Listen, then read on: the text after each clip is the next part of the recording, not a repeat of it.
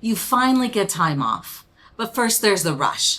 Finishing up work, cleaning the house, tying up loose ends.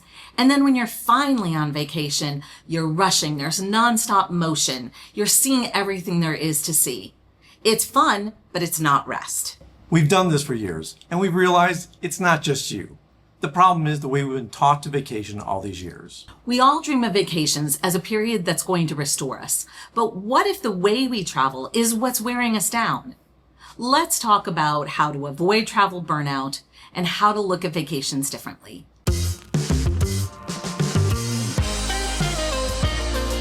I'm Judy. And I'm Kevin. Welcome back to Finding Gina Marie, where we share our lives as full-time travelers and the connections we make along the way. Most people don't start vacations rested. They start already depleted. The last minute stuff at work. Could you do this one last report? Could you finish this one last thing? Oh, before you go, make sure this is finished up. It can just be ridiculously tiring. Yeah, and then you're taking care of the house because you want to come home to a clean place. So it means you're going to do laundry and you're going to make the bed, and you may have to arrange for a pet sitter or something to board your dog. It becomes a lot of effort. It's as though you're tying up every loose end as though you're never coming back. I recall on some of our vacations that it was things that I had not attended to for months and months that I felt like I needed to take care of just before I went on vacation.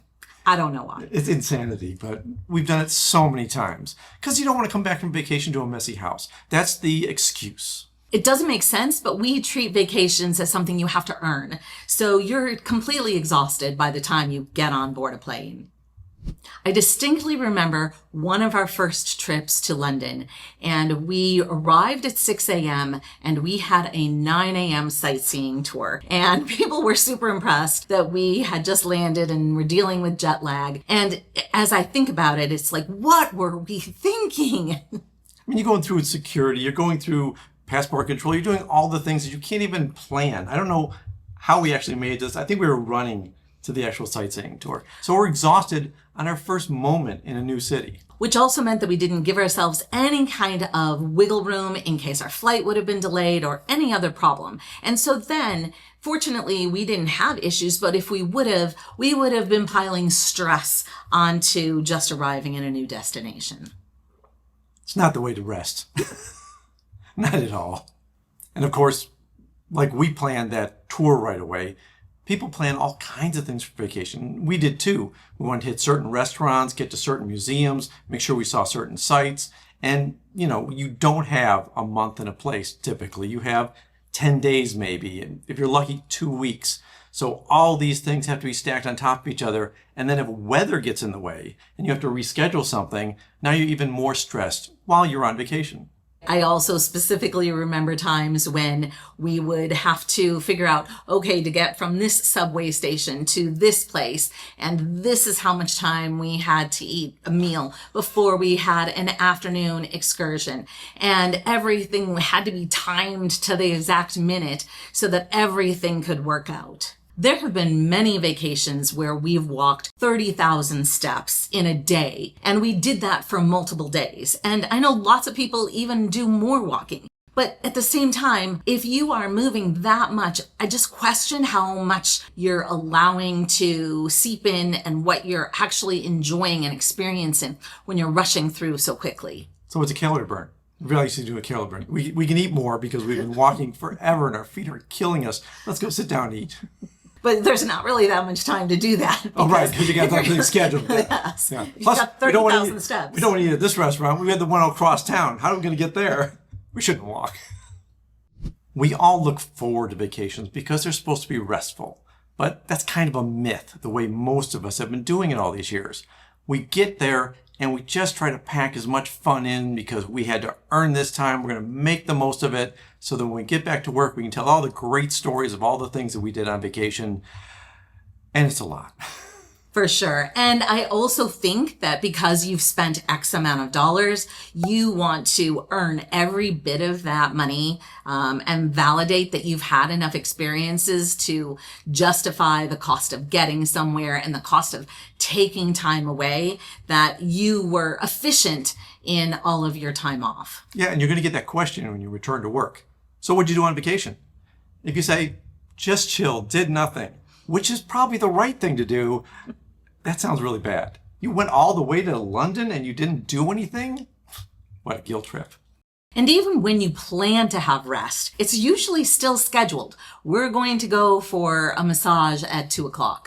So basically you have to scramble and make sure that you can show up on time for your appointment. If you're someone who's able to squeeze an awful lot into a short amount of time, and yet you still find ways to be restored afterwards, we would love to hear what your tricks are. And how much of this vacation problem relates to American society of consumerism and making sure that everything is performance-based and that you're doing everything right, or it's got to be an Instagram moment every single moment you're there. That could be part of the problem. And even us, when we were first considering living overseas, we did 6 cities in 12 days in Italy. And fortunately, it was just one country. We know people who do way more than that, but it was still a tremendous amount to see in a very short amount of time. And there's a video, so you can watch that and see what kind of craziness we got into. But part of the reason that we travel that way is because Americans don't often get that much time off. I think you were at Apple for how many years? 8+ years, and I think I had 18 days total. And then there was like a winter break, which is why we traveled to Europe in the winter when it's the coldest time. It's a little bit cheaper, but it was also really brutal sometimes. I think we're conditioned because we have such a limited amount of vacation time that every spare moment needs to be filled to the brim. It's very precious to us as Americans. The problem isn't that we're bad at travel. The problem is the way we're taught to travel. There's nothing wrong with you if travel feels exhausting. We've just been sold a version of it that doesn't leave room for breath. And the more we've traveled, the more we've noticed things, specifically that Europeans travel much differently than the way Americans do. They get more time off, for one thing. For another thing, they treat it like, oh, we're going on holiday. We're not taking a vacation, they're going on holiday. And somehow that seems lighter, fluffier, easier. Part of it is because they just will sometimes get a holiday house, or they'll just take a break and just hang out with people. They don't necessarily have to feel that they have to see everything and do everything. They can just be in a different place. Sometimes it helps that they're closer to the places they're going. You know, if I lived in Europe and I go to 15 different countries within a few hours, that's very different than Americans who feel like they have to fly across an ocean and then go vacation. And people take time off without guilt, which is something that Americans don't really know how to do very well. I think even in certain countries, you're not allowed to email or text somebody who's on vacation, and there are sometimes restrictions on what time of day you're allowed to send communications that are related to work, which is not really a culture in the US. Yeah, my friends in the UK talk to me all the time about their holidays, and it's like they talk about it multiple times a year, and I don't understand. It's like, how'd you get multiple times a year? And of course, in some countries like Italy, it's assumed that your break times, even during the day, like certain hours of the day, are just for rest and relaxation. The concept of actually having rest and relaxation, not just on holiday, but during a day, is also foreign to us. So getting to that place takes a little bit more time for Americans who've been forced to think about get your job done and then rush on vacation, get as much as you can out of it, and then get back to the grind. Exhausted because you've been running as fast and furiously as you can during your time off. Like the air quotes, time off. But when we've really stopped to notice that there is another way of doing it and people come back happier, they're not as exhausted before they leave, it really just kind of opens up a window that maybe we're doing it wrong and maybe there is a better way and we could be learning from that. We've all heard that saying, I'll rest when I'm dead. But come on, rest is a basic human need. It's not something that we should push off until the last minute of our lives. We know that as full-time travelers, we can travel differently because we have a lot more time than when we just were on vacation. But I do think that there are lessons and takeaways. You shouldn't have to wait until your retirement in order to pad some rest time into your vacations. In fact, we've found that travel days used to be a lot more stressful for us until we started to pad the first and last day, where we just gave ourselves time. So if a flight was delayed or something like that, we didn't have to hit the ground running when we arrived somewhere. We gave ourselves time to just look around, settle in, just kind of get a lay of the just kind of get a lay of the land, so that if there were delays, we still had a chance to decompress. And on top of that, because we pack less, because we don't want to do everything and have outfits for everything, we actually feel lighter when we're doing these travel days. And it makes the packing process less stressful. It makes the unpacking process less stressful. So if your ends of your vacation aren't exhausting, maybe you can actually enjoy the middle. Oh, good point.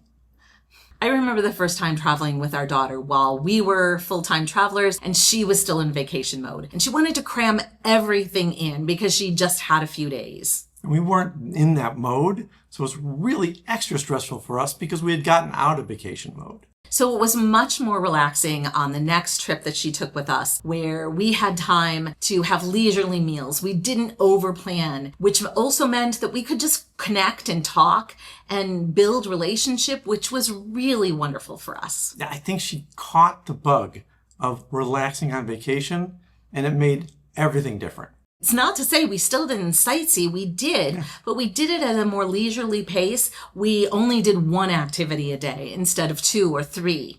And if we weren't feeling like it, we'd say, we just don't need to do this today. And that makes all the difference too. Be flexible and let your schedule slide if you need to. Even when we were vacationers, there were times when we would go ahead and just cancel a tour that we had scheduled. Now, I don't recommend doing it that way, but we knew we needed rest. And so we gave ourselves time. We were prepared to lose the money in order to get the rest that we needed. Yeah, what's more important, your health or a few dollars that you spent on a tour? Now, we know that this takes effort and it can actually make you a little uncomfortable to not feel like every waking moment is full. But when you come back from vacation and you're rested and restored and you still have memories from the time that you went traveling, but it wasn't all go, go, go where you're just exhausted. It's probably worth a try. Take vacation slower, enjoy it a little bit more without having to do everything, and see how much more rested you are when you get back. So while we're talking about vacations, it's actually bigger than that. It's how we're looking at life and taking time to have precious moments, not just rushing through everything super quickly. It's really hard for us as consumers to think in terms of time instead of money, but it really is about that. How we spend our time is the most valuable thing in the world. And if we spend our time exhausting ourselves, that's not a good use of that resource that's so precious. I guess I feel that the more pressure that we have to make every moment count, the less likely we're able to actually live within the moment. That's a very good point. How do you live right now if you're always thinking about the schedule of things you need to fit in? It's incredibly hard. We've done it. We've lived that way a lot. We'd love to hear about your experiences on vacation. Have you taken a vacation that's just chill and relaxed? And how did you feel when you came back from that? Let us know in the comments. We hope this episode has been helpful. If you haven't subscribed, we would love for you to do that. And remember, Wander more, worry less. bring a passport. Until next time. Until next time. Now, we've never traveled this quickly ourselves, but we know people who try to cram in just as much as they possibly can. 6 cities. Yes, we did that. 6 cities in 12 days. That sounds familiar. There might be a video like that. We've grown.